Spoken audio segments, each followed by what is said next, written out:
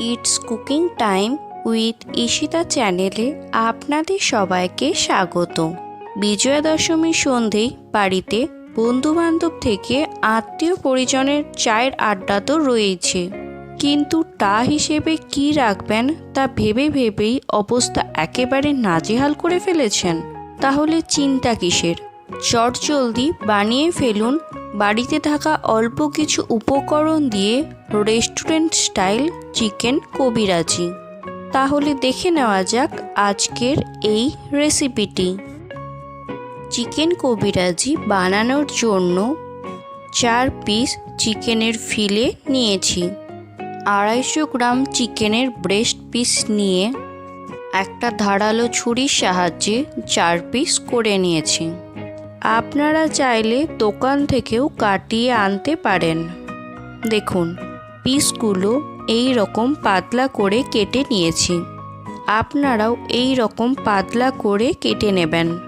ফিলেগুলো মোটা করে কাটলে কবিরাজির ভেতরটা ভীষণ ড্রাই হয়ে যাবে এবং মাংস সুসেদ্ধ হবে না।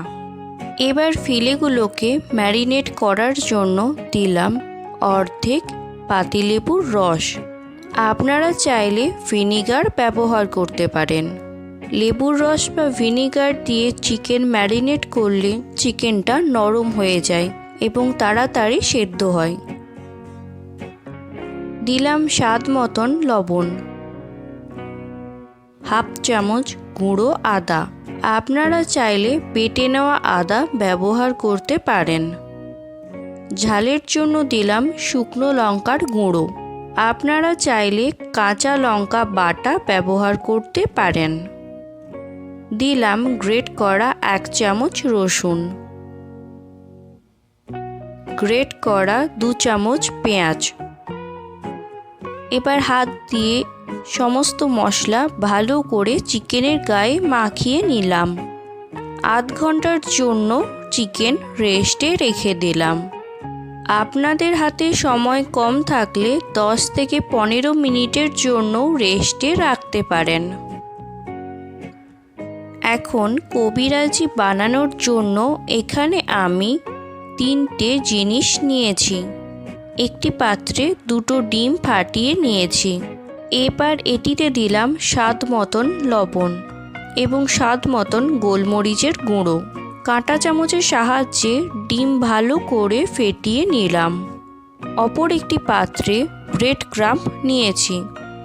আপনারা এখানে বিস্কুটের গুঁড়ো ব্যবহার করতে পারেন। এতে দিলাম অল্প পরিমাণে লবণ এবং গোলমরিচের গুঁড়ো। এই সমস্ত কিছু ভালো করে মিশিয়ে নিলাম। একটি পাত্রে নিলাম অল্প পরিমাণে ময়দা। এতে দিলাম স্বাদ মতন লবণ। এবার ময়দা আর লবণ ভালো করে মিশিয়ে নিলাম। আগে থেকে ম্যারিনেট করা চিকেন ফিলের গায়ে এইভাবে ময়দার কোট দিলাম। ময়দার কোট দেওয়া ভীষণ ইম্পর্ট্যান্ট, না হলে চিকেন ফিলে ডিমের গোলায় ডুবোনোর পরেই চিকেনের সমস্ত মশলা চিকেন থেকে বেরিয়ে ডিমের গোলার মধ্যে মিশে যাবে। ময়দা থেকে তোলার পর এটাকে ডিমের গোলার মধ্যে ডুবিয়ে দিলাম। এবার এক্সট্রা ডিম ঝরিয়ে নেওয়ার পর ব্রেড ক্রাম্বের মধ্যে দিয়ে দিলাম।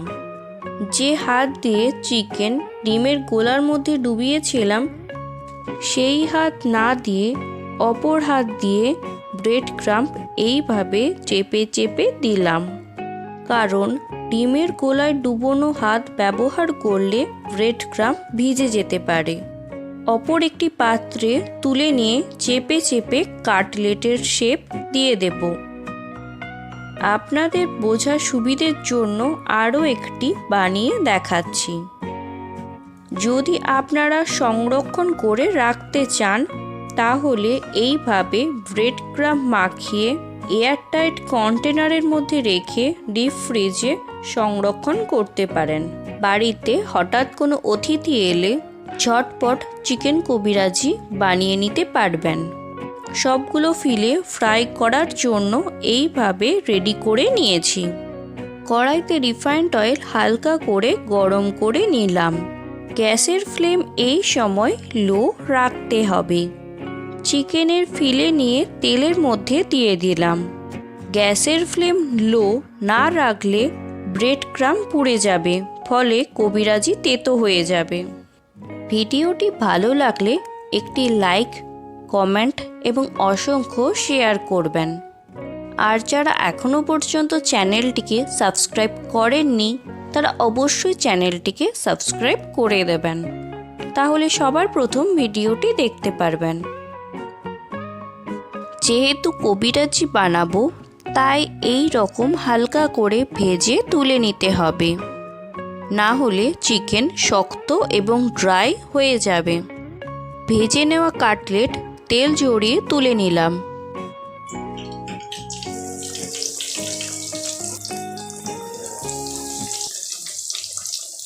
একইভাবে বাকি কাটলেটগুলো ভেজে নিলাম। এবার কবিরাজি বানানোর জন্য ডিমের গোলা তৈরি করব। তার জন্য একটি পাত্রে 3টি ডিম নিয়েছি। এবার এর মধ্যে দিলাম 2 চামচ কর্নফ্লাওয়ার। ডিম ও কর্নফ্লাওয়ার ভালো করে মিশিয়ে নিলাম। এবারে আপনাদের দেখাবো কিভাবে কাটলেটের ওপরে ডিমের সুতো বানাতে হয়। এইভাবে ডিমের গোলার মধ্যে আঙুল ডুবিয়ে অল্প অল্প করে গরম তেলের মধ্যে দিয়ে দিতে হবে। এটা এক্সপ্লেন করা একটু টাফ হবে, আমি যেভাবে করছি তা একটু লক্ষ্য করলেই বুঝতে পারবেন।